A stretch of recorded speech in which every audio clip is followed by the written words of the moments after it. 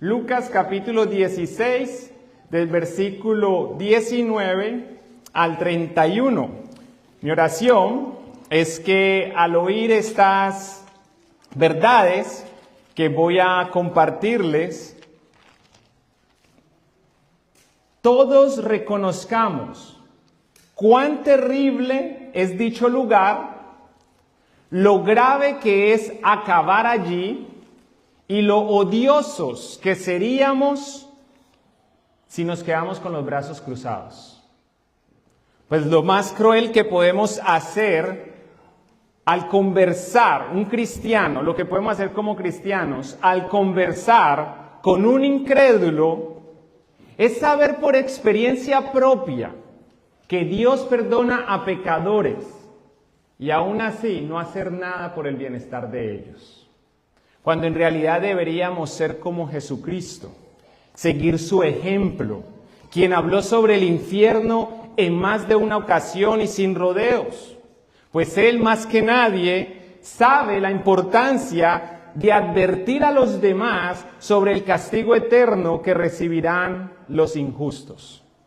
Dicho esto, y sabiendo que algunos cristianos lamentablemente prefieren omitir el tema con tal de no incomodar a los demás, permítanme leerles una historia real y alarmante que Jesús narró.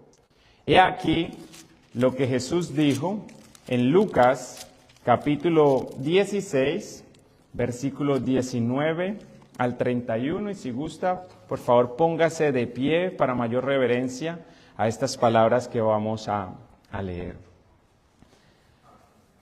Parábola del rico y Lázaro, y aunque este es el título que le ponen, que se le puso como encabezado, sepa que la mayoría de los eruditos coinciden en que esto no se trata de una parábola, ya que se da el nombre. ¿Qué es una parábola? Parábola es una historieta de algo terrenal que nos enseña una verdad celestial o eterna. Y para esas historietas simplemente se usan personajes como y el rey y el sembrador, pero no se dan nombres. Y en este caso se va a mencionar nombres. Y por eso me atrevo a decir, aunque el encabezado dice parábola, que esto es una historia real que Jesús contó. Y esto fue lo que Jesús dijo.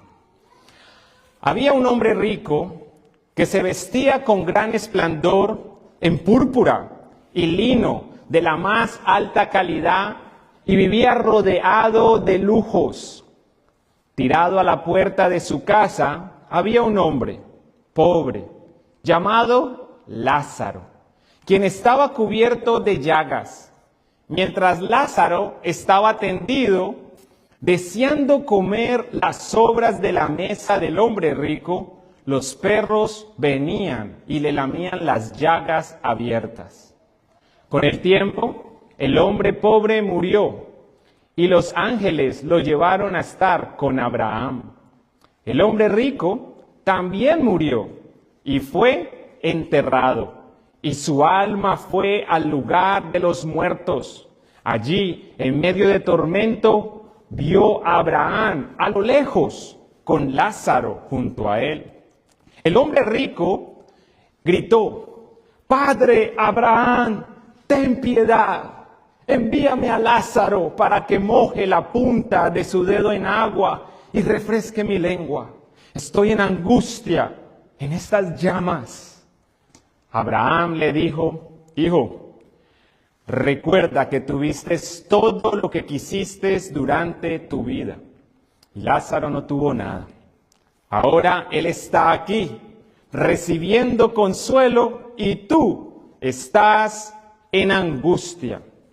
Además, hay un gran abismo que nos separa. Ninguno de nosotros puede cruzar hasta allí y ninguno de ustedes puede cruzar hasta aquí».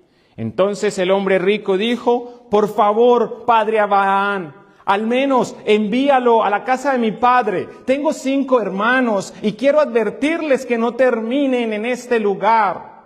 Abraham le dijo: «Moisés y los profetas ya les advirtieron. Tus hermanos pueden leer lo que ellos escribieron. El hombre rico respondió: no, padre Abraham, pero si les envía a alguien de los muertos, ellos se arrepentirán de sus pecados y volverán a Dios. Pero Abraham le dijo: si no escuchan a Moisés y a los profetas, no se persuadirán por más que alguno se levante de los muertos. Padre, Señor, ante esta narración, Señor, queremos encomendar lo que resta de la enseñanza a ti, así como te encomendamos todo lo que ya hemos hecho en este lugar.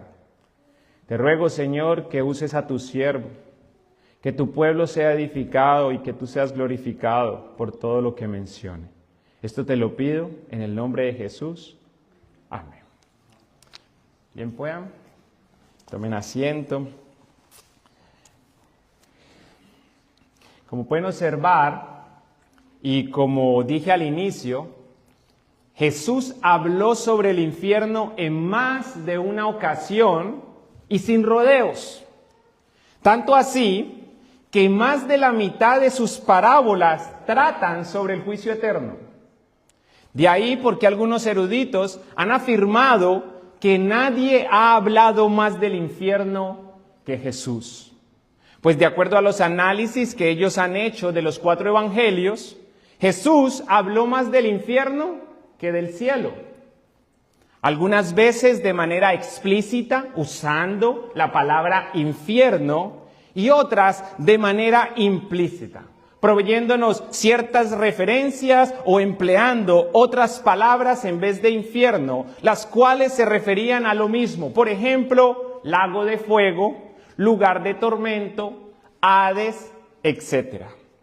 Hablando de eso, debo agregar que de acuerdo a las concordancias y a la opción de búsqueda que ofrece la página web de Bible Gateway y algunas de nuestras aplicaciones que portamos en nuestros teléfonos de la Biblia, la palabra infierno aparece 13 veces en la Biblia,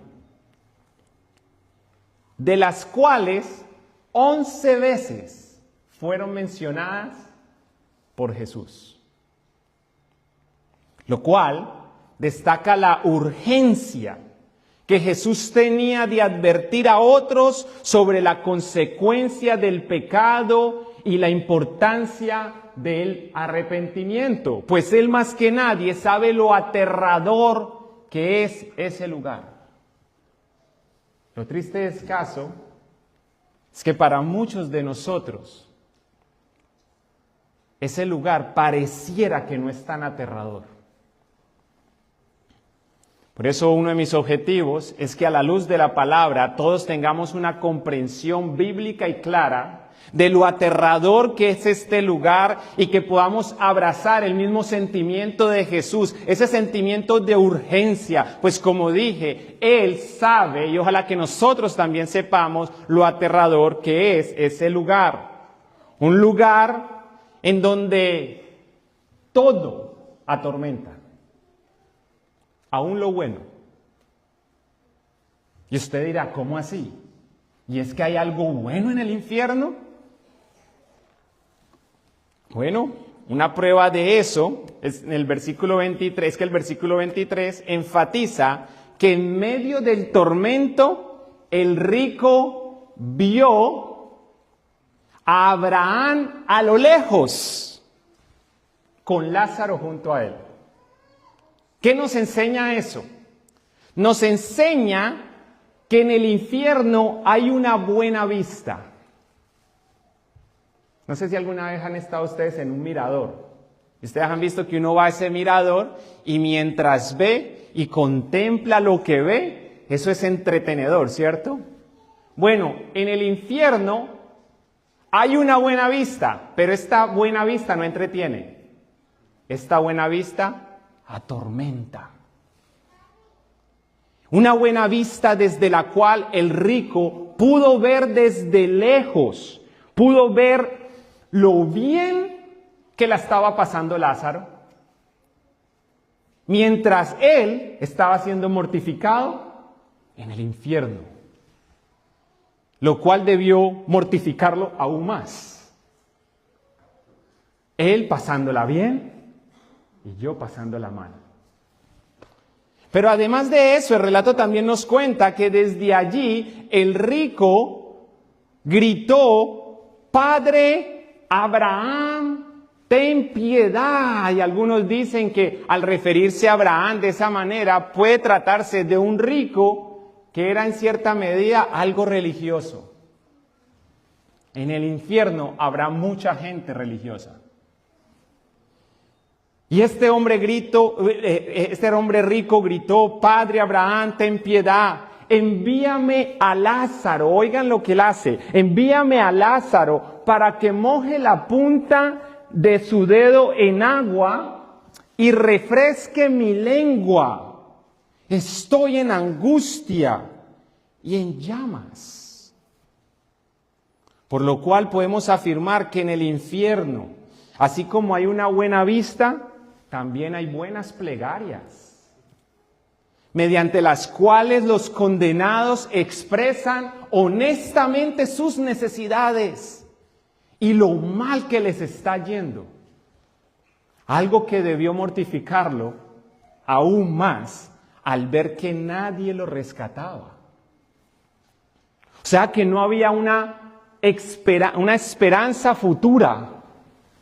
De modo que tanto este rico como cualquier persona que acabe en el infierno viven sin esperanza futura y por lo tanto no le queda de otra más que conformarse a los recuerdos del pasado y así seguir el consejo que le dio Abraham en el versículo 25 cuando le dijo: Hijo, recuerda que tuviste todo lo que quisiste durante toda tu vida. Y mire dónde viene la parte que debe haberlo mortificado y torturado aún más. Lázaro no tuvo nada. Tú tuviste todo, Lázaro no tuvo nada, pero ¿sabes qué? Ahora él está aquí recibiendo consuelo y tú estás en angustia. Mis amados hermanos, ¿de qué sirve tenerlo todo en este mundo y no tener a Cristo y terminar en el infierno? Yo no sé quién es tu Dios, pero si tu Dios es el Dios mamón, el dinero como tal, créeme que eso no es una manera sabia de vivir, ni es algo por lo que valga la pena vivir. Pues al morir tú vas a reconocer algo. Y es que al igual que este rico, la gente te conoció por lo que tenías y no por lo que eres. ¿O acaso no notaste que a este hombre nunca se dijo el nombre? Solo se le dice el hombre rico. Hasta su identidad quedó comprometida por su amor al dinero. Pero ojalá que a nosotros, con poco o con mucho o con nada, ojalá que nuestra identidad no sea por lo que tenemos, tampoco por lo que podemos, sino por quienes somos. Qué tristeza de este hombre. Y si algo nos enseña esto, es que en el infierno, así como hay buena vista y buenas plegarias, ya que a este hombre se le dijo: recuerda que tuviste todo lo que quisiste durante tu vida, es que en el infierno también hay buenas memorias, pero no están ahí para consolar, están ahí para mortificar, porque esas buenas memorias lo único que le van a llevar a pensar es: sí, yo tuve eso, pero ahorita no tengo nada. En cambio otros que no tuvieron nada tienen el consuelo que yo no tengo. Aún lo bueno en el infierno viene a ser tormentante. ¿Atormentante? ¿Cómo se diga? ¿Me entiende la idea, cierto? Ahora me quedé con eso. ¿Ah? ¿Tormentante? Gracias, hermano. Pero además de eso, ¿saben qué otra cosa buena hay en el infierno? En el infierno hay buenas intenciones.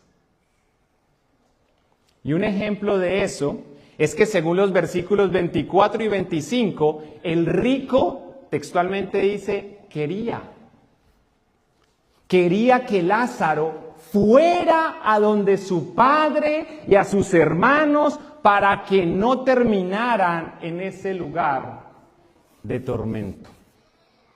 Lo cual da paso a lo malo del infierno. Ya vimos lo bueno, veamos ahora lo malo del infierno. Pues de acuerdo al relato, y voy a compartir 5 rasgos del infierno. 1, el infierno es un lugar de tormento en llamas.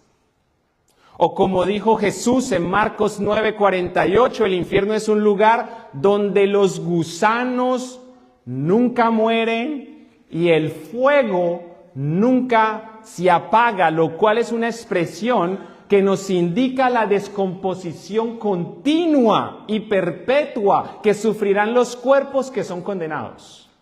De ahí la expresión los gusanos, que nunca mueren. Unos cuerpos que pasarán la eternidad con sed por causa de las llamas. Qué feo se siente tener sed, ¿cierto? No sé si alguna vez ha estado extremadamente sediento, pero la última vez que tuve sed, aunque no era extrema, no fue una sensación agradable. Imagínese estar habitando en un lugar que está en llamas.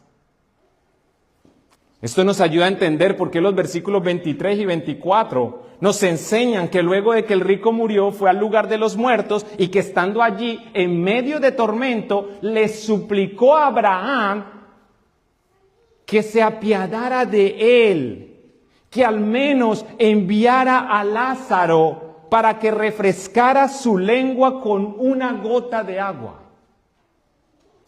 Imagínense el tamaño de sed que este hombre tenía, que al menos una gota de agua.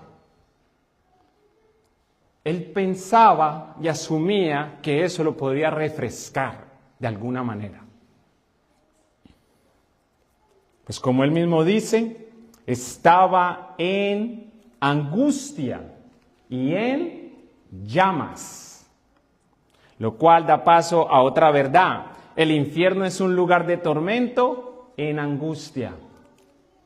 Y por lo tanto, como dijo Abraham en el versículo 25, mientras unos estarán en el banquete celestial recibiendo consuelo, otros, entre esos el rico que tuvo todo lo que quiso, estarán en angustia.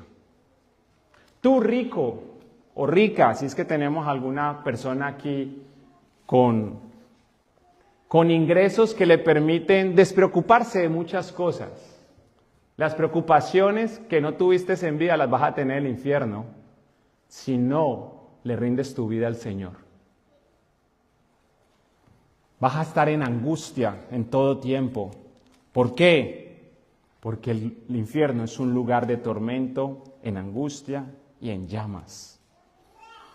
En tercer lugar, el infierno es un lugar de tormento sin escapatoria.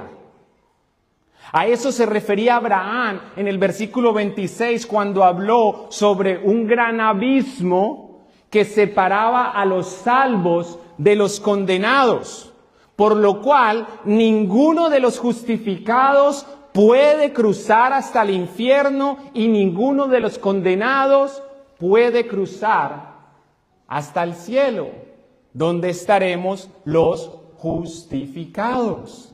Y quiero usar esa palabra porque no me quiero arriesgar a decir los justos, aunque en realidad es así como nos describe la Biblia, y dar la idea de que los que van al cielo son personas justas en sí mismas. Cuando la realidad es que tú y yo somos pecadores, somos injustos, merecedores de la justa ira de Dios y de su justo juicio. Pero Dios en su misericordia, a través de su Hijo, Él justifica a quienes depositan su confianza en Él y en lo que Él hizo. ¿Y qué fue lo que hizo Jesús? Jesús vivió una vida perfecta. Jesús murió en la cruz en sustitución de pecadores. Jesús resucitó de entre los muertos y cualquiera que se arrepienta de sus pecados y confía en Él es justificado, y gracias a esa justificación que recibimos por gracia, por medio de la fe en Jesús, no por obras para que nadie se gloríe, es que ahora los justificados podemos ir al cielo. No es por mérito, no es porque seamos mejores que tú.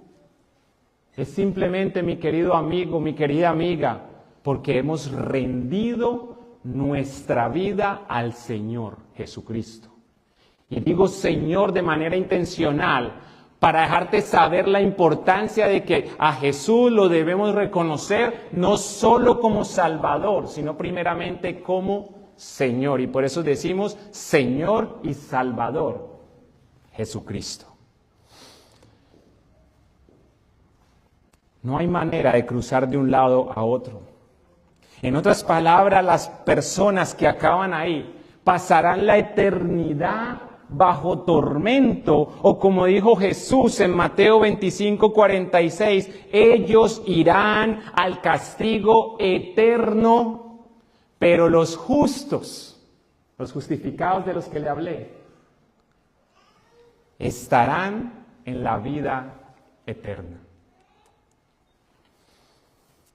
Ahora bien, ya que hablé del abismo que separa el cielo del infierno, debo destacar en cuarto lugar que debido a tal abismo, el infierno es un lugar de tormento separado de Dios. Lo cual amerita una aclaración, pues debido a su omnipresencia debo mencionar que esto no se refiere a su presencia como tal. Dios es omnipresente. No se refiere a su omnipresencia, sino a la ausencia de uno de sus atributos. ¿Y sabe cuál es? No, a todos sus atributos excepto uno. Y de esos atributos que están ausentes en el infierno, ¿sabe cuál es? El de la gracia y el amor y su poder. De modo que serán los condenados constantemente azotados por la justicia de Dios. Ahí ya no hay gracia y amor de Dios. Pero Dios, por medio de su justicia, o más bien, la justicia de Dios sí va a estar presente ahí. Es lo único que hay en el infierno de Dios, su justicia. Y eso debe aterrarte si tú no le has rendido tu vida al Señor. Como dice 2 de Tesalonicenses 1:9, serán castigados con destrucción eterna, separados para siempre del Señor y de su glorioso poder. Y si bien todo eso es sumamente espantoso, me urge advertirles que de acuerdo a otras porciones de la Biblia, el infierno, además de aterrador y tormentoso, aterrador porque aún las cosas buenas son para tormento. Imagínese una buena vista para tormento, buenas plegarias para tormento, buenas memorias para tormento. Y había otra, buenas intenciones para tormento. ¿Por qué? Porque tienes las intenciones, pero tú no tienes ninguna certeza de que las puedas realizar. Aterrador. El infierno, además de ser aterrador y tormentoso, también es feo. Debido a la oscuridad.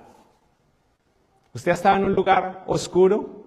El lugar puede estar lleno de lujos, puede tener todo moderno, pero usted, si le mantiene esas luces apagadas, usted no logra apreciar esa belleza que trae la luz. El infierno, pese a que está en llamas, y yo no sé cómo podríamos explicar esto es una incógnita, es un lugar que está en llamas, pero son unas llamas que no alumbran. Porque todo sigue en oscuridad. Y yo no sé usted, pero la última vez que yo estaba en mi casa y era de noche y de repente se fue la luz, hubo un sentimiento tan feo. ¿Qué impresión tuvo usted el día que estaba camino para el baño y ¡pah! Se va la luz? ¿Cómo queda uno? Y está uno ahí tocando las paredes. ¿Por qué? Porque uno no se quiere tropezar. Uno no sabe para dónde va. Bueno, las personas que vivieron en tinieblas acá continuarán en tinieblas. En un lugar muy feo llamado infierno. O dicho de otra forma, esta sería la quinta verdad sobre el infierno. El infierno es un lugar de tormento en tinieblas. De ahí porque Jesús declaró en Mateo capítulo 8, versículo 11 al 12, que muchos gentiles vendrán de todas partes y del mundo, del oriente y del occidente, y se sentarán con Abraham, Isaac y Jacob en la fiesta del reino del cielo. Pero muchísimos israelitas, personas religiosas que no reconocieron a Jesús, y déjeme decirle, personas no religiosas que no reconocieron a Jesús, medio religiosas que no reconocieron a Jesús, dice, pero muchos israelitas para quienes se preparó el reino serán arrojados a la oscuridad de afuera, donde habrá llanto y rechinar de dientes. Hermanos, ante dicha realidad no cabe duda que el infierno es aterrador y tormentoso. Y ante dichas verdades, creo que es un momento oportuno para que nos hagamos la pregunta más importante que usted se puede hacer hoy, en este día. Y la pregunta para aquellos que nos acompañan por primera vez aparecerá en pantalla. Y yo voy a contar hasta 3 y la idea es que cuando ustedes pregunten, yo voy a presentar algunas aplicaciones que podemos extraer de esta enseñanza, porque usted no solo vino por la información, no es como que usted hoy se levantó con esa curiosidad de decir, hey, quisiera saber más del infierno, y ya se sentó, ya recibió la información del infierno, y ahorita usted dice, bueno, ya recibí lo que quería. No, tal vez usted ni siquiera estaba pensando en el infierno. Puede ser que usted más bien sea esa persona que yo estaba escribiendo al principio, esos que dice, no, es que yo que voy a estarle hablando del infierno a la gente, hay falta de amor. Hermano, ¿ustedes creen que lo que yo estoy haciendo ahora es por falta de amor? Porque si usted va a hacer tal acusación, por ende usted está acusando a Jesús de carecer de amor, porque Él habló más del infierno que todos nosotros. Es más bien por amor a ti, amigo, por amor a ti, amiga, que los que hemos sido perdonados por gracia, te hablamos del infierno, te advertimos sobre con la esperanza de que tú te vas a arrepentir y vas a confiar en Jesús y vas a recibir exactamente lo mismo que nosotros. Así que voy a contar hasta 3. Ustedes hacen la pregunta. Preparen pulmones. 1, 2 y 3. ¿Y ahora qué? Para empezar, si ya rendiste tu vida al Señor, número 1, advierte a los demás acerca del castigo eterno. Ya no justifiques tu negligencia diciendo, es que yo no puedo estar hablando de cosas que de verdad son como miedosas. Pues si les da miedo, les debe dar miedo. Hermanos, noten que a los 3 que tengo aquí al frente son hijos míos. Yo los amo y yo quiero que sepan desde ya lo terrible que es el infierno y por qué anhelo tanto que un día estén conmigo en el cielo. Y por eso hay que compartirles las verdades del Evangelio a la gente. lo cual es la segunda aplicación. La primera es advierte a los demás acerca del castigo eterno. No callemos, no omitamos esto.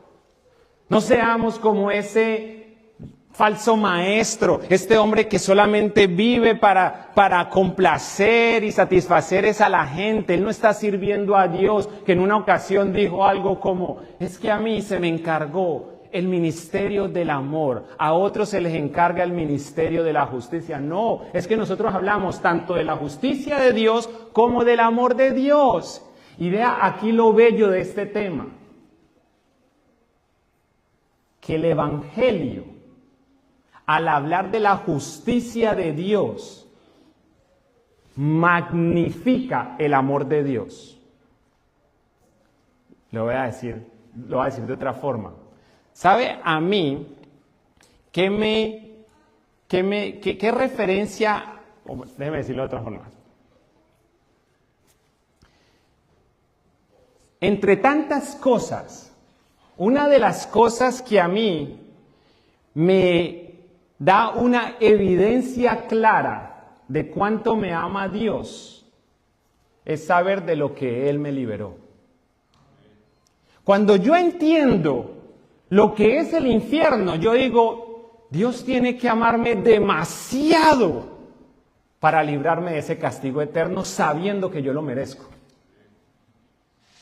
Entonces, hablar del infierno no es como que ese es un tema donde no hay lugar para el amor. Por el contrario, hablar del infierno magnifica el amor de Dios.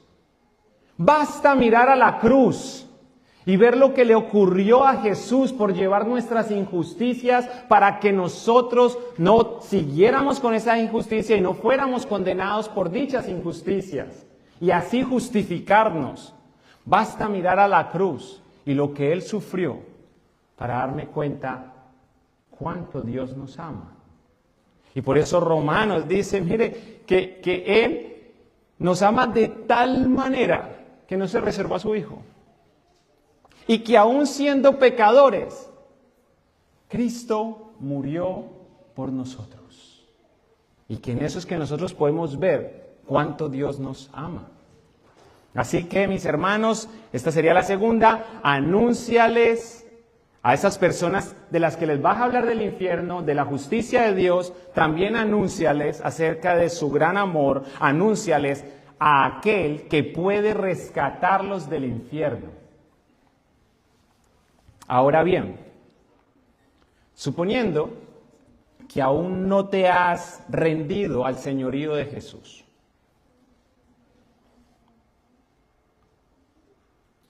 es decir, Jesús todavía no es tu Señor, no es tu Salvador.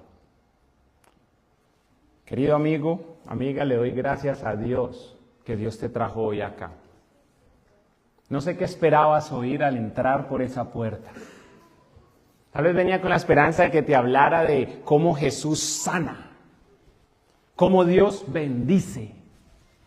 Y sí, Dios sana y Dios bendice, pero lo mejor es que Dios salva. Y Él está interesado en salvarte y por eso tú estás aquí. Así que, mi querido amigo, mi querida amiga, arrepiéntete de tus pecados y confía en Jesús siempre, desde hoy y para siempre. Que no haya un momento en tu vida que tú no estés confiando en Dios. Que desde que te despiertes hasta que te acuestes, tú te levantes confiando en el Señor, te acuestes confiando en el Señor y así vivas todos tus días rindiendo tu voluntad, tu tiempo, tus recursos, tus talentos, todo tu ser a la voluntad del Señor. Como Él mismo dice en Juan capítulo 14, versículo 1 al 6, no dejen que el corazón se les llene de angustia. Confíen en Dios y confíen también en mí, dice Jesús. En el hogar de mi Padre hay lugar más que suficiente. Si no fuera así, ¿acaso les habría dicho que voy a prepararles un lugar? Cuando todo esté listo, volveré para llevarlos, para que siempre estén conmigo donde yo estoy. y ustedes conocen el camino que lleva a donde voy. A lo que Tomás respondió, no, Señor, no lo conocemos, no tenemos ni idea a dónde vas. ¿Cómo vamos a conocer el camino?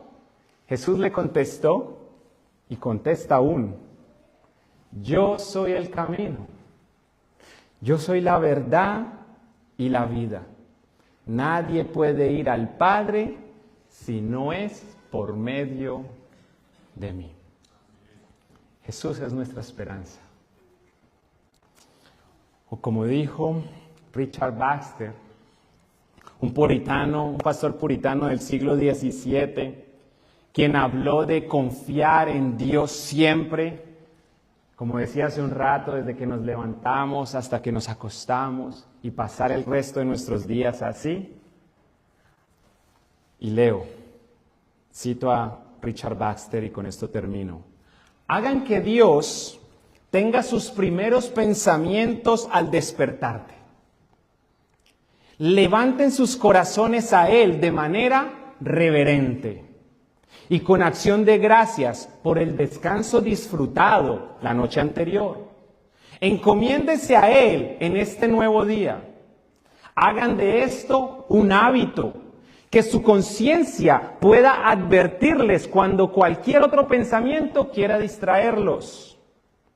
Piensen en la misericordia del descanso de una noche y en todos los que han pasado esa noche en el infierno, en los que están en prisión, en los que sufren en lugares fríos y duros, en los que sufren dolores y enfermedades agonizantes, cansados de sus lechos y de sus vidas.